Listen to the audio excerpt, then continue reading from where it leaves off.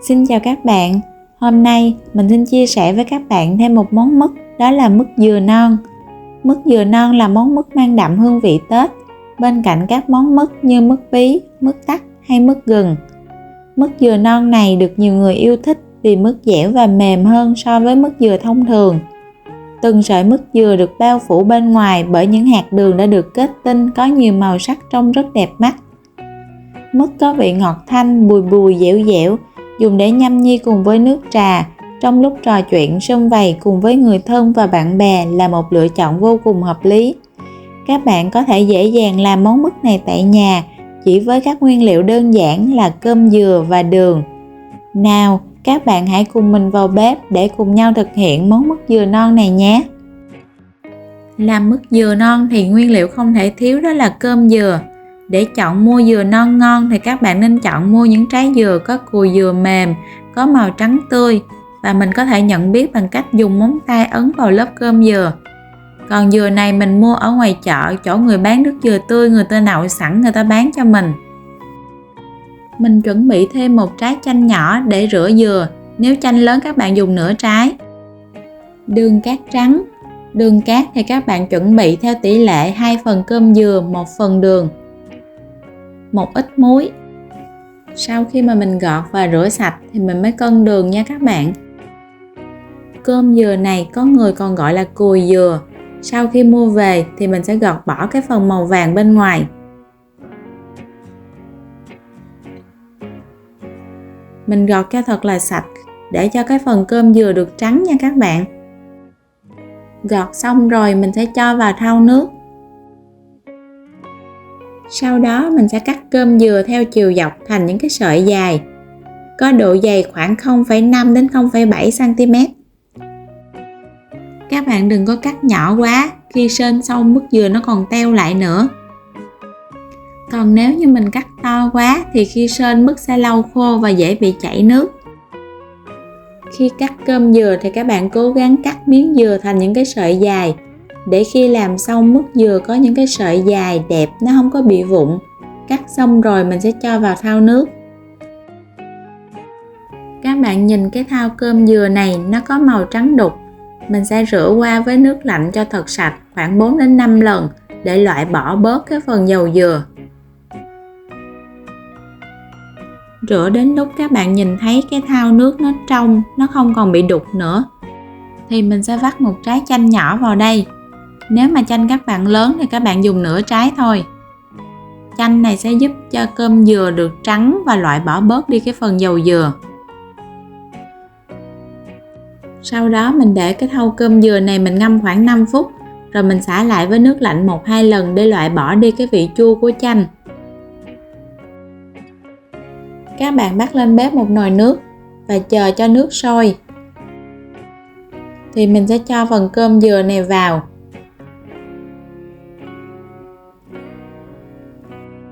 Ấn cho cái phần cơm dừa này ngập sâu trong nước.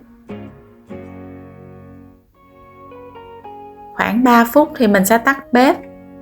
Và các bạn đậy nắp nồi lại, mình ủ trong 10 phút để cho cơm dừa ra hết cái phần dầu dừa. Sau khi ngâm thì các bạn sẽ cho cơm dừa này ra và mình rửa lại với nước lạnh và để cho ráo nước. Các bạn sơ chế kỹ cái phần cơm dừa thì mứt dừa của mình không có bị hôi dầu khi mà để lâu. Dừa ráo nước rồi thì mình tiến hành ướp dừa. Mình cho vào đây một muỗng cà phê nhỏ màu vàng thực phẩm. Mình chưa có chuẩn bị được màu, với lại làm với số lượng ít cho nên mình sử dụng đỡ màu thực phẩm. Các bạn có thể sử dụng màu vàng này bằng hạt dành dành để thay thế cho màu thực phẩm sẽ tốt hơn. Mình cho vào 1/5 muỗng cà phê muối, 150g đường cho 300g cơm dừa. Các bạn trộn đều và để dừa ướp trong khoảng 5 đến 6 tiếng, hoặc có thể ướp qua đêm cũng được. Làm món mứt dừa này thì cứ 2 phần cơm dừa các bạn cho vào 1 phần đường. Và các bạn nhớ là sau khi gọt sạch cái phần cơm dừa, rửa sạch và để ráo mình mới cân đường nha. Đến phần màu xanh mình cho vào nửa muỗng cà phê màu. Do màu xanh này nó đậm hơn màu vàng nên mình cho bớt cái phần màu lại. Cho vào 1/5 muỗng cà phê muối, 150g đường cho 300g dừa. Trộn đều cho dừa nó thấm với đường. Các bạn cho màu vào ít thôi, vì khi mình ướp thấy cái màu nó nhạt, nhưng khi mình xên mứt dừa xong thì màu nó sẽ đậm hơn á. Đến phần màu trắng này mình cũng cho vào 1/5 muỗng cà phê muối, 200g đường cho 400g cơm dừa. Trộn đều cái phần cơm dừa và đường này lại với nhau. Khi làm mứt dừa, màu thực phẩm sẽ cho mứt có màu đẹp hơn, nhưng mà nó không có tốt cho sức khỏe. Các bạn nên chuẩn bị những cái màu tự nhiên như lá dứa, hạt dành dành, lá cẩm thì nó sẽ tốt hơn. Ướp cho đến khi đường tan ra hết và ngấm đều vào dừa thì mình sẽ đi xên mứt. Mình cho cái phần nước đường vào trước. Lúc này mình mở lửa lớn vừa để cho nước đường mau sôi. Các bạn chuẩn bị một cái chảo đá dày và hơi rộng để mình xên mứt cho dễ nha. Nấu nước đường sôi được khoảng 5 phút. Khi nước đường hơi kẹo lại thì mình sẽ cho cái phần cơm dừa này vào.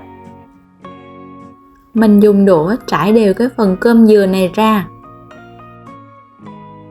Thỉnh thoảng thì mình đảo cho cơm dừa nó được thấm đều nước đường. Khi xên mứt mình sẽ để lửa nhỏ để cho dừa nó có thời gian bốc hơi nước. Các bạn để lửa lớn, nước đường nó mau cạn thì khi làm xong mứt nó rất là dễ bị chảy nước. Khi đảo dừa thì các bạn cũng đảo nhẹ nhàng, nương theo cọng dừa để tránh cho cọng dừa nó bị gãy. Nước đường bây giờ đã cạn hết.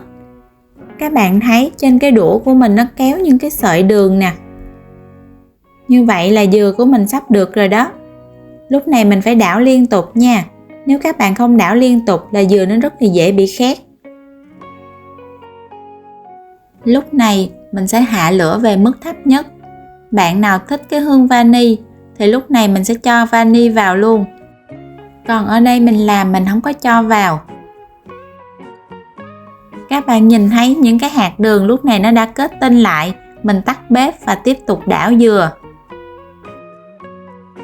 Mình đảo được một lúc thì đường đã bắt đầu bong ra rồi nè.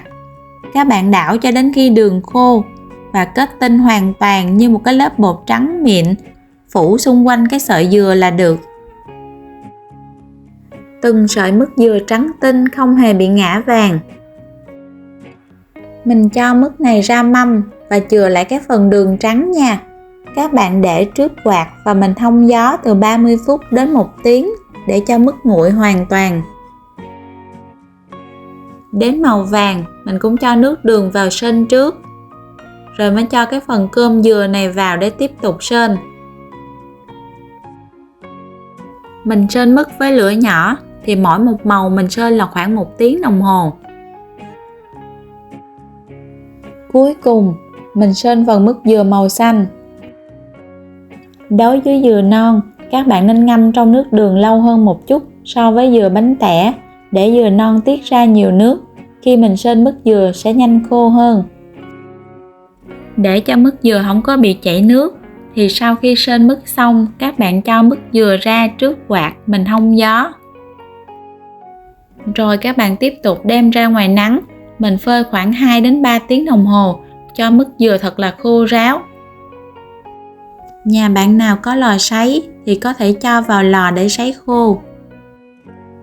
Để bảo quản mứt dừa được lâu thì trước tiên các bạn phải sơ chế dừa cho thật là kỹ để dừa không có bị hôi mốc hay là hôi dầu. Các bạn cho mứt dừa vào cái lò thủy tinh sạch. Mình rải một cái lớp đường giúp cho mứt dừa không có bị chảy nước. Sau đó đậy kín lại, cho vào ngăn mát của tủ lạnh. Mình bảo quản sử dụng được 1 đến 2 tuần. Sau khoảng 2 đến 3 ngày, các bạn đem mứt ra mình phơi nắng 1 đến 2 tiếng thì mứt cũng sẽ giữ được lâu mà không có bị chảy nước.